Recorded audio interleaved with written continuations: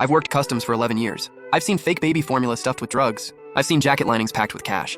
I've seen every trick there is. That day, a student was coming through inspection. The suitcase looked normal. So did he. The x-ray showed nothing. I didn't clear him.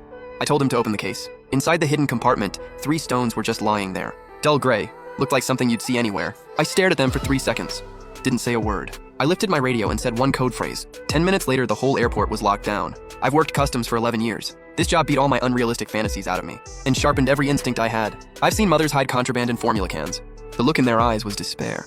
I've seen businessmen sew stacks of US cash into jacket linings. The look in their eyes was greed. I've seen young guys swallow dozens of capsules, trying to smuggle with their own bodies. The look in their eyes was numb. In 11 years, I've seen too many eyes, and I learned to read people just by looking at them. That day, I was posted at Inspection Desk 6, International Arrivals, Terminal 3. 3 in the afternoon, traffic was steady.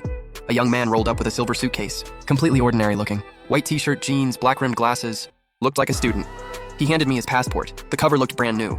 I opened it. Gao Yuan, 21, coming back from studying in H country. Welcome home. I stamped it, then handed it back. His hand was steady. His nails were perfectly trimmed. Thanks. He smiled politely and started pushing the case toward the belt. Hold up, I spoke. Gao Yuan stopped and looked back. There was just the right amount of confusion in his eyes. Sir, your bag needs to go through the x-ray. Sure, he nodded. No annoyance at all. He lifted the suitcase onto the belt himself. Everything about it was too proper, too normal. I watched the monitor. The x-ray passed over clothes and books. A few local snacks, a razor. No abnormal density, no suspicious shape. My coworker Xiao Li on the x-ray station flashed me an OK sign. I didn't move. My eyes stayed on Gao Yuan's face. He stood there quietly waiting with a slight smile on his face. But his left thumb was rubbing the second knuckle of his index finger fast. Classic tell, small repetitive movement, trying to ease extreme inner tension. What was he nervous about? A suitcase with nothing wrong in it? Sir, your bag is clear, you can go. Xiao Li reminded me from the side. Gao Wen nodded at me and reached for the suitcase. Open it. My voice wasn't loud, but it was clear. Xiao Li froze. Gao Yuan's hand stopped in midair. The smile on his face stiffened for a second, then settled back into place. Didn't that officer just say it was fine? His tone stayed calm. But that left hand stopped rubbing. The muscles tightened. Routine inspection. Cooperate, please. I looked straight into his eyes and said it again. Open it. Gao Yuan held my gaze for 3 seconds, then lowered his eyes. Fine. He lifted the suitcase onto the inspection counter and keyed in the lock code. Inside was just as clean and ordered as he was. The clothes were folded perfectly. The books were covered and stacked neatly in the corner. I put on gloves and started checking. 1 item at a time, 1 book at a time. Nothing. People nearby were already whispering like I was making a big deal out of nothing. Even Xiao Li looked awkward, like maybe I was being too jumpy. The corner of Gao Yuan's mouth even started curling back up. That was a relieved smile. I ignored everybody and emptied the suitcase completely. Then I tapped the lining at the bottom with my knuckles. Thunk, thunk, thunk. The sound was dull. I looked up at Gao Yuan. The smile vanished from his face. What replaced it was dead white panic. Open it, the hidden compartment. His Adam's apple bobbed. I didn't know this suitcase had one. His voice was drying out. I'm asking one more time, open it. I pulled a multi-tool screwdriver from under the inspection counter. Gao Yuan looked at the tool in my hand. His lips started trembling, but he didn't move. I stopped talking, jammed the screwdriver into the seam, and pried. Click. The lining panel popped open a crack. A faint smell drifted out like dirt mixed with motor oil. I tore the whole lining panel off. The compartment was padded with thick foam. In the foam were 3 perfectly cut slots, and inside those slots 3 stones. Dull gray, rough-edged, like river rocks you'd pick up anywhere. Xiao Li leaned in for a look. His face was full of confusion. Rocks! That's it! The passengers around us started buzzing with comments. Gao Yuan looked like he was about to collapse, leaning on the counter and gasping. He looked at those 3 stones with pure fear in his eyes. I ignored him. All my attention was on the stones. I stared at them for 3 seconds, then picked one up. It was cold, heavy, rough on the surface, even caked with dried mud. I lifted it in front of my eyes and tilted it under the overhead inspection light. At one tiny exact angle, a hair-thin purple streak flashed across the surface. My heart dropped. I set the stone down, said nothing, and grabbed the radio on my shoulder. The second I pressed the button, it felt like all the noise in the hall got cut off. My voice was steady. No emotion in it at all. Desk 6, the rock is hard. 1 second of silence on the radio. Then Zhang Lei answered with 2 sharp words. Copy that. 10 minutes later, every entrance and exit in Terminal 3 was sealed. The alarm ripped through the building. The second it went off, the whole inspection hall exploded into chaos. Passengers screaming, kids crying, evacuation announcements blaring over each other. Gao Yuan crumpled to the floor, white as a sheet. I didn't look at him. I put the 3 stones back in the compartment and closed the lining. Then I shut the suitcase and slapped on the highest level seal. By the time I finished, airport SWAT was already rushing in fully armed. They threw up a perimeter. Nobody move! Stay where you are! The shout cut through everything. Captain Zhang Lei came striding over with 2 anti-smuggling officers. His face was more serious than I'd ever seen it. Zhuang Hai, what have we got? No wasted words. Target, Gao Wen, male 21, returning student from H country. Suspicious item.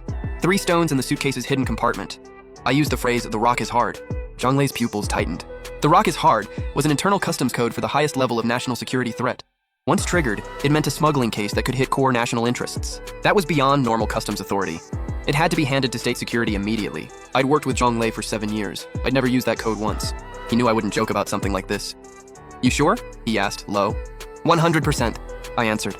He didn't ask anything else and grabbed the secure phone. Zhonglei Capital Airport Customs. Initiate plan Bedrock.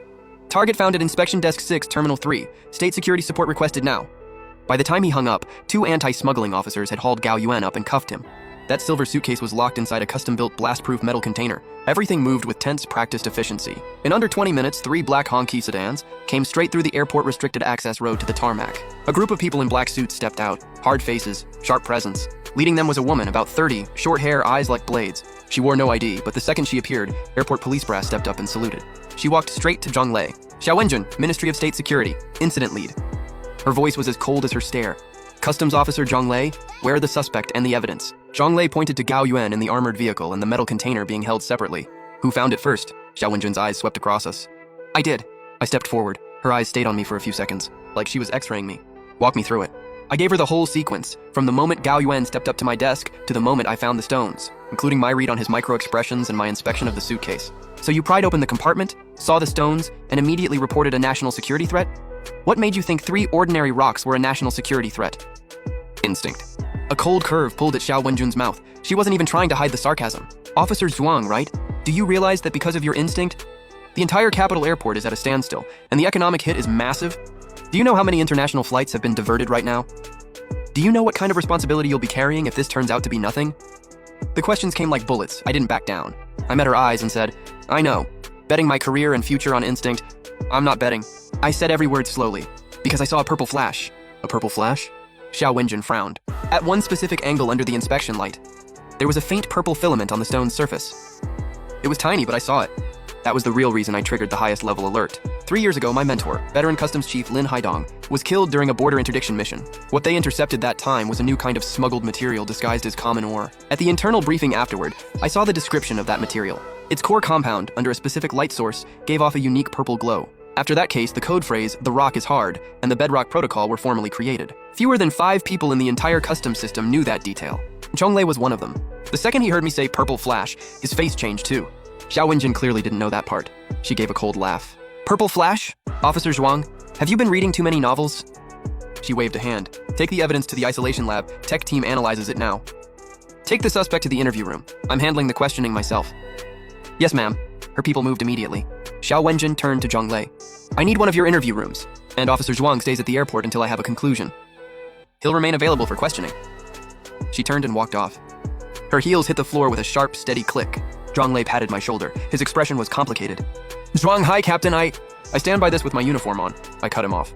Zhonglei let out a breath and said nothing else. The next few hours were a slow grind. They put me in a small break room with 2 SWAT officers standing guard outside. No phone, no contact with the outside world. Time crawled by second. Night fell outside. Terminal 3 was still under lockdown.